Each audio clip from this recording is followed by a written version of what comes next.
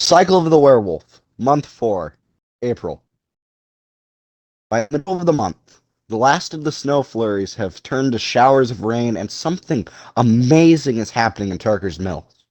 It's starting to green up. The ice in Paddy Tellingham's cow pond has gone out, and the patches of snow in the tract of forest called the Big Woods have all begun to shrink. It seems that the old and wonderful trick is going to happen again. Spring is going to come. The townsfolk celebrate in small ways in spite of the shadow that has fallen over the town. Grandma Haig bakes pies and sets them out on the windowsill to cool. On Sunday, at the Grace Baptist Church, the Reverend Lester Lowe reads from the Song of Solomon and preaches a sermon titled The Spring and the Lord's Love.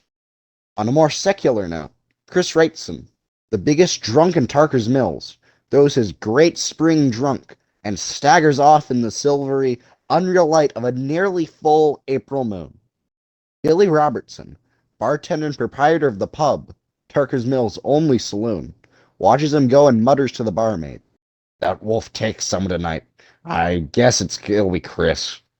"Don't talk about it," the barmaid replies, shuddering.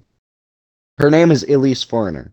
She is 24, and she attends the Grace Baptist and sings in the choir because she has a crush on the Reverend Lowe. But she plans to leave the mills by summer. Crush or no crush, this wolf business has begun to scare her. She has begun to think that the tips might be better in Portsmouth, and the only wolves there wore sailors' uniforms. Nights in Tarker's Mills as the moon grows fat for the third time that year are uncomfortable times. The days are better. On the town common, there's suddenly a sky full of kites each afternoon. Brandy Kincaid, 11 years old, has gotten a vulture for his birthday and has lost all track of time in his pleasure at feeling the kite tug in his hands like a living thing, watching it dip and swoop through the blue sky above the bandstand. He has forgotten about going home for supper. He is unaware that the other kite flyers have left one by one with their box kites and their tent kites and aluminum flyers tucked securely under their arms, unaware that he is alone.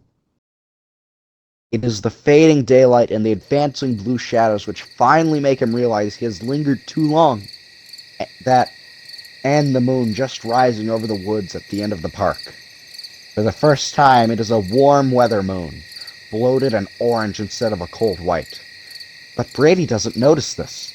He is only aware that he has stayed too long, and his father is probably going to whoop him. And dark is coming.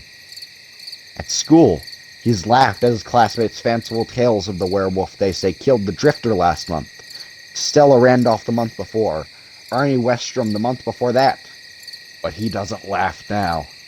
As the moon turns April dusk into a bloody furnace glow, the stories seem all too real. He begins to wind twine onto his ball as fast as he can, dragging the vulture with his two bloodshot eyes out of the darkening sky. He brings it in too fast, and the breeze suddenly dies.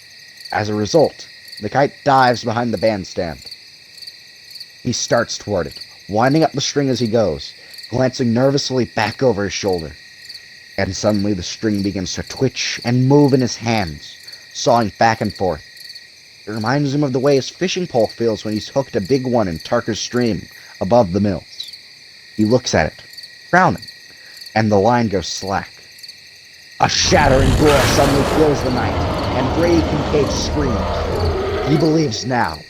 Yes, he believes now, all right.